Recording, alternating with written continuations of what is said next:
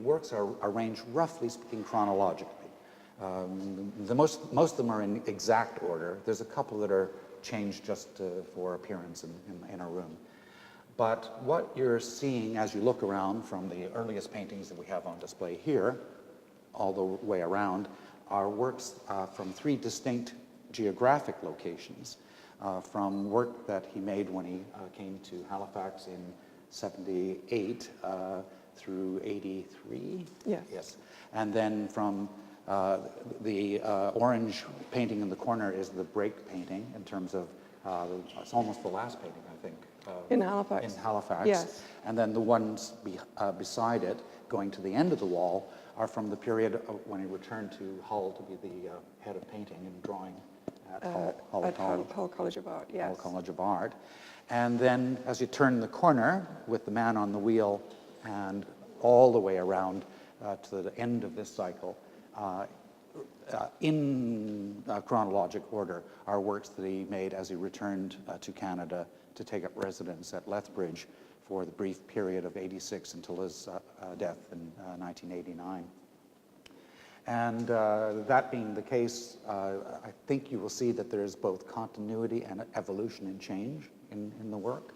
And what I was trying to ramble at up here is that I think that he is a very beautiful poetic artist. He's not an illustrator. He's not somebody who starts out with, I've got an idea and I'm going to find a way to pictorially solve that puzzle and present it to you. It's clear, like the careers of many artistic souls, both in music and in literature and other arts, that there was something that he was trying to express. He was trying to grapple with it. And he was open enough to just simply allow things to keep evolving. And he may or may not have known all the time what it was he saw. So as a little motif of my talk, I would like to suggest to you that certain kind of compositional elements, certain kinds of approaches to handling of art, and certain approaches towards subject keep recurring in the work, but keep on evolving. And the quickest of that is just the use of the circle. And the circle, which starts perhaps as a wheel, then becomes a Ferris wheel, then becomes an eye, then becomes an orb, like a moon, and in the other room, a steering wheel, and in here, it becomes gifts. And I don't know if those are CD gifts, but whatever they are. Yeah. But it's clearly that he's trying to do that. One other that I'll point out from the beginning, and then we'll go on our little trek here, is the idea of enclosure and release, compression and release. And in so many of the paintings, you see as a stylistic motif, well, in this one behind you here, the night, which is with the yellow moon in the middle, a rope-like structure that encircles an area of activity. And if you look around, that's what happens in the Ferris wheel. Even turning the corner into this horizontal painting in green, it's called Another Land. Another Land. Yeah. Even it has a border. Yeah. Right. Yeah. So and even at the end, the last two, rug tree and white tree with gifts. All of them have a decorative, you could say it's a decorative border, but it's definitely a border. Mm-hmm. And then things are pulled in, and then things are attempting to explode out. Yeah, but I think that what John was always trying to do was to explore the transformative nature of paint, mm-hmm. that you could use paint in a way to make more than just a painting on canvas, that it could transform meanings and experiences into an image. Yeah, and that takes us right almost to about here on the wall before we get to the painting, because the context that you may know, but I want to re-emphasize, is that the time period that John was coming to, well, first as a student, never mind coming to artistic maturity, but as an undergraduate student, was a very troubling time for contemporary artists, inasmuch as grand battles had been won and some lost, but much of art was lost in direction in the early 60s because the great triumphs of modernism, of abstract expressionism, it's not so much that they'd run their course, but many people wished to move on. Yes, and there was a strong body of opinion that thought that painting was literally dead, that Yes. it had run its course, it had basically disappeared down its own black hole. Yes. And literally nothing more could be done with it. Yeah. And complicating it, again, which makes it interesting in terms of the Beaverbrook and its distinguished history, and New Brunswick and its distinguished history with representation, representational art, narrative art, figurative art, which it might strike you as strange for me to say, since New Brunswick and this institution has steadfastly adhered to the values of that. The reality is, the world had turned its back on that. The art profession discredited that kind of behavior as being retardere, arch-conservative, and just of no value whatsoever. If you were doing that, you were out. Fair? Yes, Yeah. yes. You were Yeah. basically pandering to the market, Yeah. art as commodity, and they wanted to get away from that and do something much more rigorous. Indeed. Intellectually. And again, if you understand that what we're saying is not that we agree with that, but we at least recognize it. That was the situation that people were growing up with.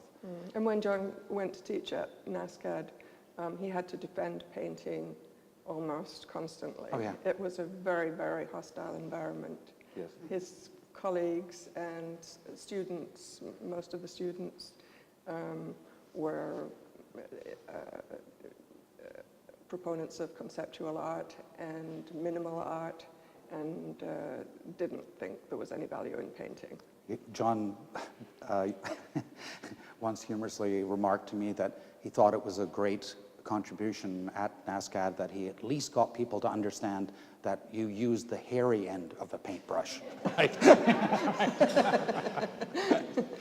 Anyway, I promise we're going to get to talk to the paintings in any moment now, but the last of the context is that the intriguing thing and the serendipitous thing of this exhibition coming to Beaverbrook and all those mixed traditions is that, in fact, he was going to school in Hull, in England, in a school that had been dominated by Walter Sickert-like painting, and the touch, which was, and that kind of sense of decorum about painting, where you didn't talk too loud, that you stayed within a monochromatic tradition, a tonalist tradition, and the colors snuck out a bit, just oozed out just a little bit.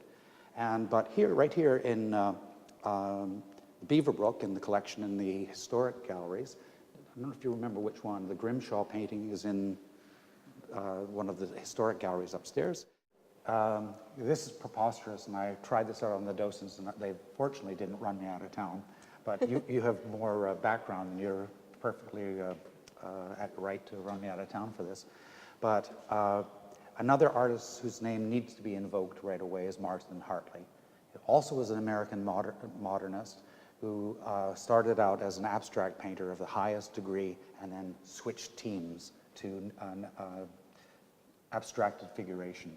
And very, very importantly, he did so in Nova Scotia. He came to a little place called Blue Rocks, just outside of Lunenburg, in 38 and 39. I think I've got that right. Just before his death. And he changed his work entirely to a highly stylized kind of abstracted figuration.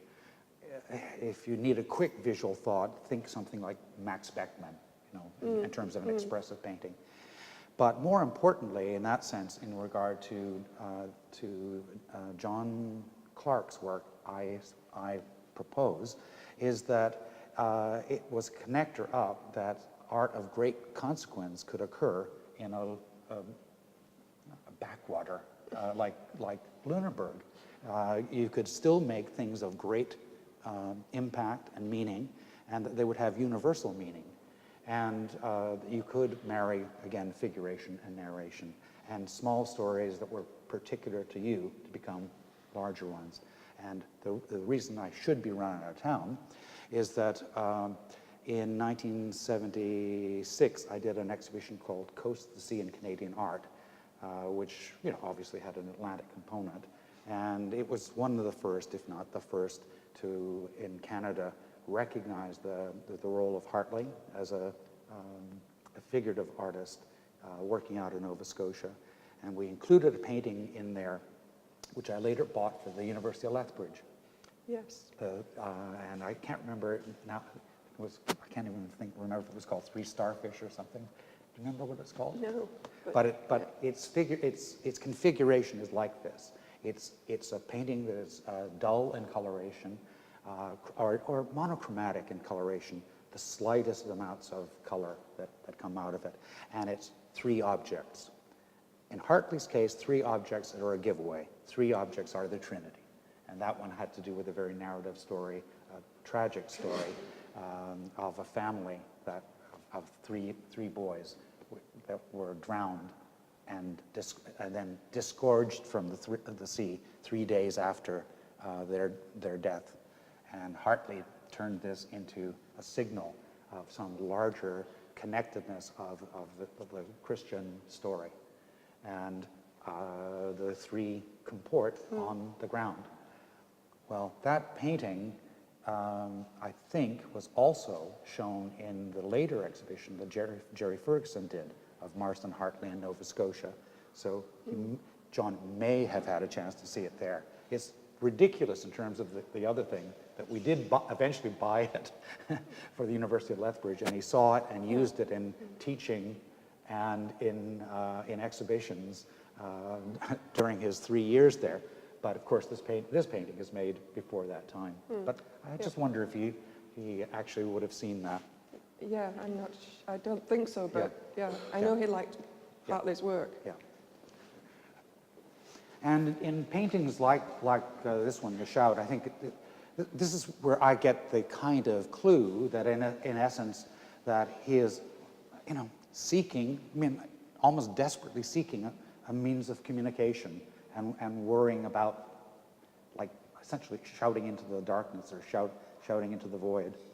Yes, I think the image that this comes out of is from an early Russian graphic poster, a revolutionary poster. There's a shout, but it also references Matisse, jazz singer. Yeah. And that was, very important to John, that it wasn't just one thing that a painting was about, but a kind of composite of different ideas. And as I said, I think things keep on tumbling around, and each one is successful in its own right, but there's still some other search for something else. And so just what I said right there, the face actually has no eye. It's the eye's not there. Now look directly diametrically opposite in the corner, the blind man, right? Blind giant. Blind giant trying to communicate in some way or other. You have a very similar but almost reversed sort of composition. Yeah, it is. Yeah, so it keeps on just bouncing around. Yeah. And as we said, this is perhaps the last painting made before the transition back to England. So it had a long period of distinguished teaching and painting in Nova Scotia, had enormous impact on artists and young emerging artists as students, and had a very well recognized career for that period in Halifax. Yes, in fact, that's the reason actually why there aren't very many paintings from that period, because a lot of them are in collections. But in 83 through 86, he returned to Hull to be head of painting there, and he seems to have been incredibly sensitive to his surroundings, and whether it's the grayness of Halifax or the starkness of the Maritimes that has to be reflected in dramatic coloration. These, to my mind, are unmistakably from there. Yes. And it's almost corny to say, naturally enough, that England, he turns his attention from the sky back down to the ground, to the land, and a green tonation, Yeah, the palette definitely changes changed. Yeah, in every way. yeah. And for that matter, strangely enough, the paintings almost become more formal again. Yeah, and also more transparent. Yeah. He's- Instead of opaque and Yes, and yes, paper-like. Yeah. because with the Ramification series, particularly, he started using acrylic and oil instead of just oil, Yeah. and to try and work with that transparency that you can get with acrylic, Yeah. and then And this is just a museum technology-related thing, but it's very difficult to intersperse oil paintings with works of art on paper because of the lighting condition needs differences. You can only light paper to a much lower level than oil paintings. But the point of that would be that what Pam just remarked about seems to have been resolved by his use of constantly making works on paper. And the tradition of working on paper does not require you to cover it from edge to edge in order to be finished. It is quite customary for someone to make handfuls of marks in the middle of something or at the edge of something and apply the rest, but not cover the whole surface. yeah, and with the Ramification series, that the ground is visible much more. Yeah, and so that's the, perhaps the path was suggested by watercolor and the works on paper. The solution is to essentially use something that, like acrylic, because acrylic could stain into the canvas and be transparent and veil-like a watercolor. And then as soon as that's the case, it protects the canvas from rotting if you put oil on top of it. So it can't be the other way around. No. So that allows them to be built in a different way. So in this case, they are now being definitely built from the back to the front in a way much more like conventional painting or traditional painting than per se these. I mean, these have a sense of being all over treated the same kind of density at one time. There are lots of things that tumble around in John's work, and the next thought tumbles from this one, and that is that in addition to other things that he was encountering and thinking about, one of the things that was a recurring thing was the value of the book and the movie by John Huston, Under the Volcano, written by Malcolm Lowry. And he was compelled by that story. A lot of us were, I was too. We were watching that stuff quite a bit. And in this instance, I mean, there's so many aspects of Lowry and Lowry's work that would be thought of been as a parallel. Yeah. But he actually traveled to attend a Lowry conference as well. He did. So it wasn't casual. And the first time he went to Vancouver, he made a point of going to Gabriola. Gabriola, yeah. October Ferry to Gabriola is another Malcolm Lowry story, if you haven't read it. But anyway, Malcolm Lowry was British, but he lived on the west coast of Canada for a while, yeah. And, one of the elements, the compelling elements, at least in the Huston film, and obviously in the book, is one of the chief characters on a dizzying ride on a Ferris wheel in the Zocalo, the town center. And so it might be as simple as that. It's just that. But I think it's more like a quest to try and express connectedness, energy, and out of control. Well, yes. I mean, the story really takes place just over 24 hours, I think. Yeah. And the central character, who is an alcoholic and is staggering about most of the day, at one point gets on a Ferris wheel and all his money falls out of his pockets, and but is really proceeding inexorably towards his own destruction, which is at the end. The abyss. Yeah. Into the abyss. Yeah. Yeah. Yeah. So again, I find that the paintings really compelling because they are about really serious things, and at the same time, they can be read in different ways. The Ferris wheel is said to be a Ferris wheel. When you go into the next room, as well as there's some in here too, but in the next room, you'll see that the same sort of formation becomes a clock, becomes a face, becomes a steering wheel, becomes any number of other things that all have to do with navigation and marking time. And ultimately, these things, although it is clearly a Ferris wheel, it's also clearly a solar system as well, around which other planets circulate and other energy emanates from. So that's not unlike the shout, energy emanating up. It also has aspects of a portrait, I think, too. Yes, and others, that central image, and actually there's a drawing, a watercolor in the other space, where it's clearly an eye as well. There's almost like a brain at the center. Yeah. Yeah. I think there are many of the things that have to do with internal things. The ear, I mean, I think he could draw more convincingly than that if he really wanted to, but it's because he wants them to be more ambiguous that it infers those things. So I think that's a very, very apropos comment. Can I ask you one question? Yeah.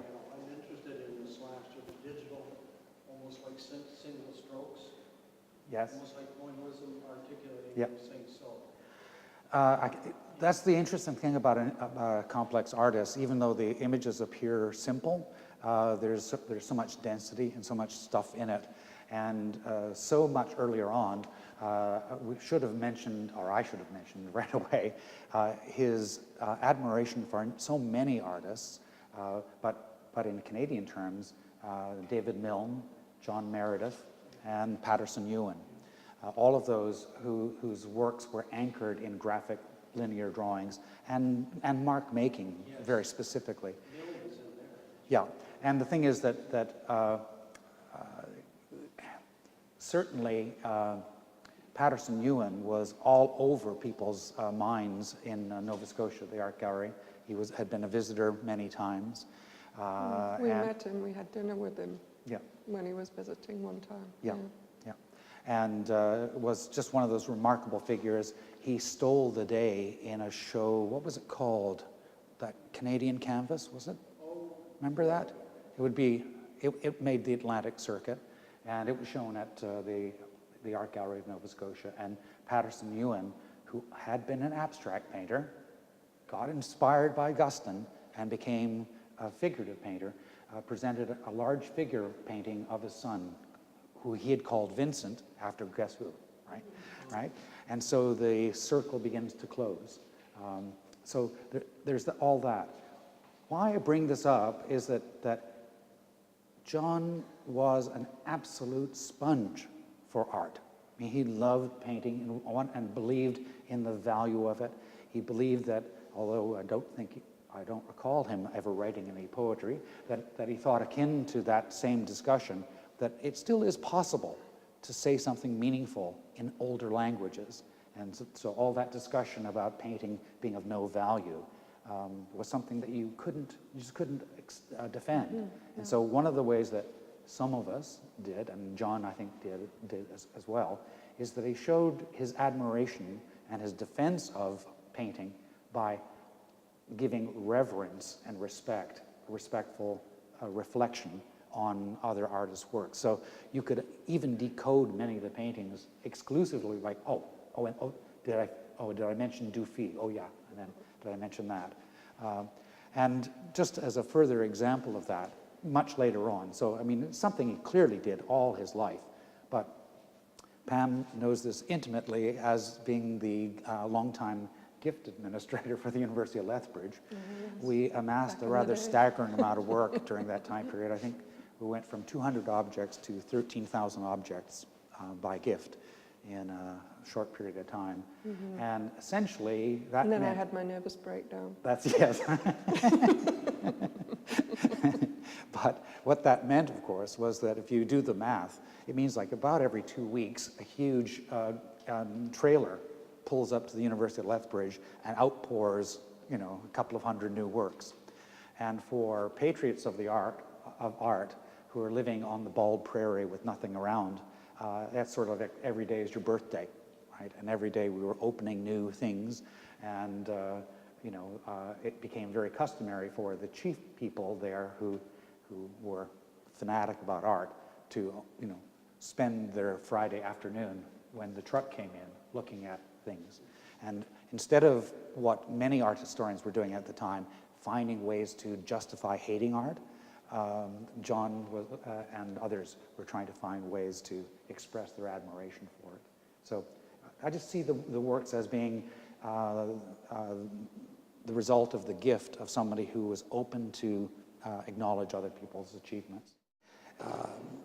Another thing that happens in Lethbridge and the southern Alberta area is the prominence of birds, and very specifically a nutty bird like a magpie, which is visually dynamic, but also in terms of metaphorically dynamic, the First Nations fascination with the idea of the thunderbird and transformation, you know, the thunderbird as something that is not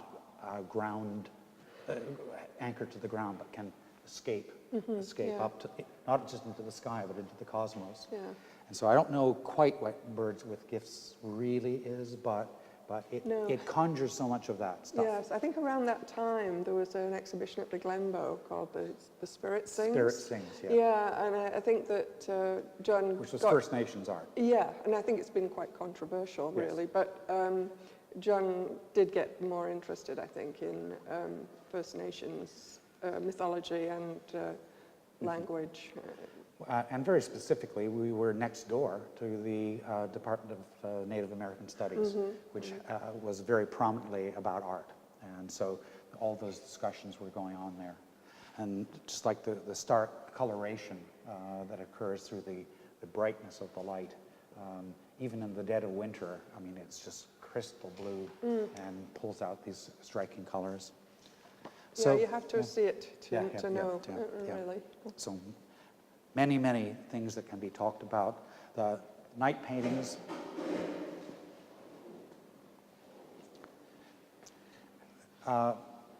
Everyone will have their favorites, but the night paintings are, I think, to my mind, some of the most poignant paintings that he made.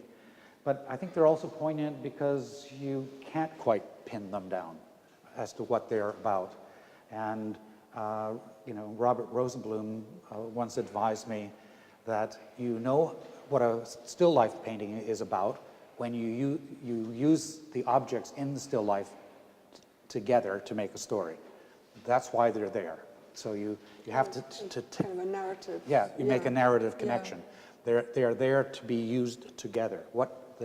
And the question is, how do the two sets of elements, man-made and cosmic, go together to create a feeling? And so rather than me telling you what I'm thinking about it, I guess what I'm saying is full of admiration, is that they are compelling enough that you don't say, how does a rope get in the sky? Or is it a rope or is it sweetgrass? Is it a rope or is it a sash?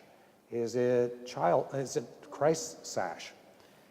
Since Marston Hartley painted painting after painting after painting of Christ's sash. All I know is that it's compelling, and that the notion of relations, again, between things that are larger and smaller. A shooting star can both be a revelation but also be a point of sadness. So I just find them to be incredibly interesting.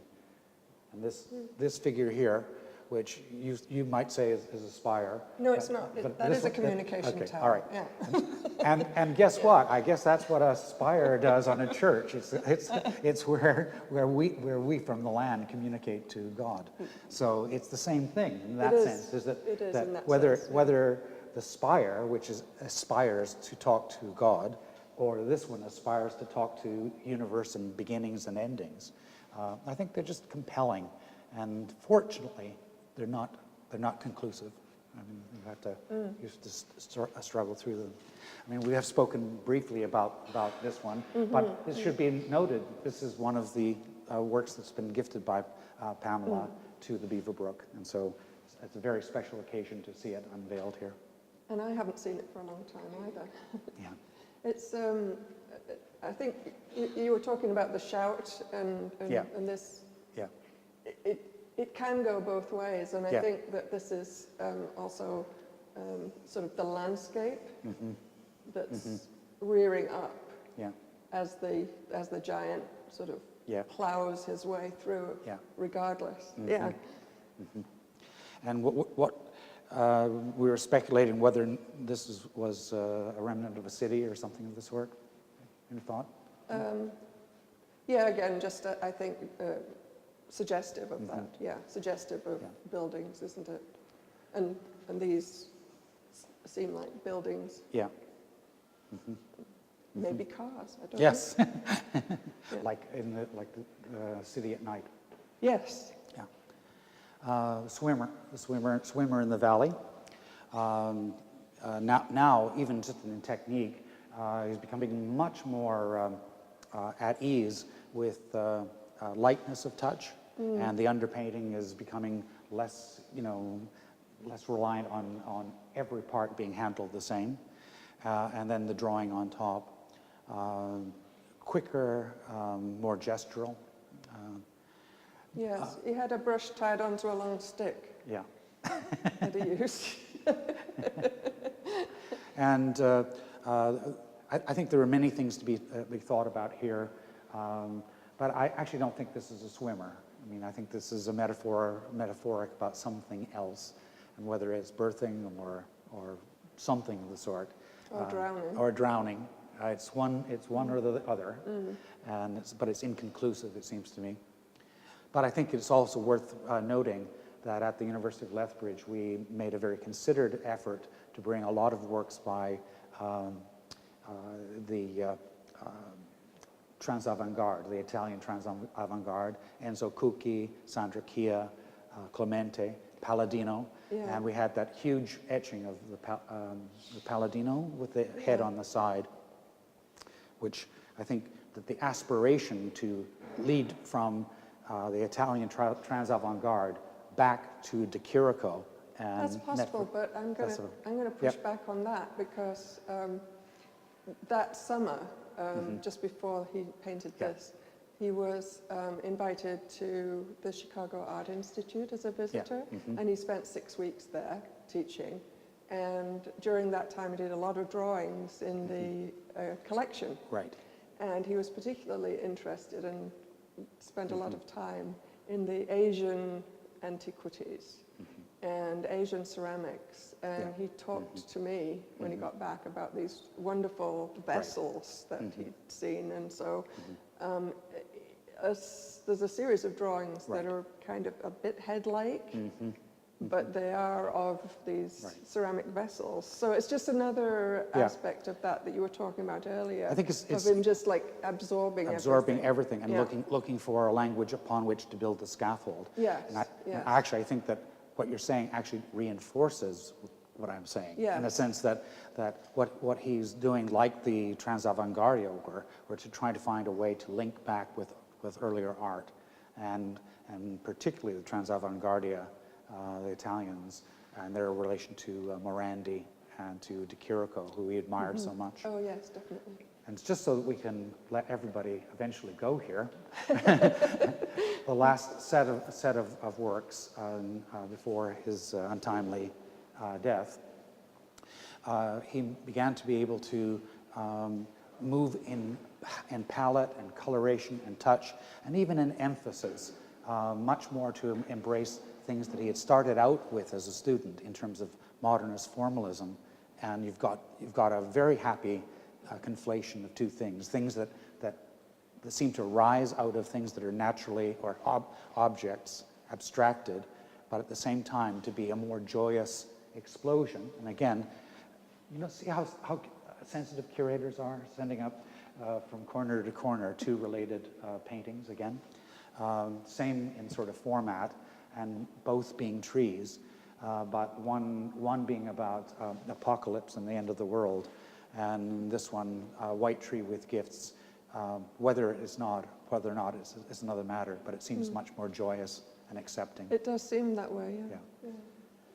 And there, again, since we've been so generous to bring up his generosity in regards to other artists, the University of Lethbridge was quite unique in bringing artists who were a little bit out of favor, like David Bolduc, abstract painters like David Bolduc, and Harold Clunder, and any number of other artists who were involved in modernist formalism. It was a very vibrant time, yeah. And so it was a climate that could encourage artists to embrace that, whereas other places that had been pushed aside. So most unhappily, as his career was, full already, but really blossoming, in May of 1989, he was diagnosed, or I'm not sure if he was diagnosed, and he noticed that he became ill in May, and unhappily lasted no longer than September of that year. I am delighted that he had this extraordinary flowering. It just happens sometimes to be the case, whether that be Tom Thompson or Oscar Kahane or John Clark, that we only get a short time.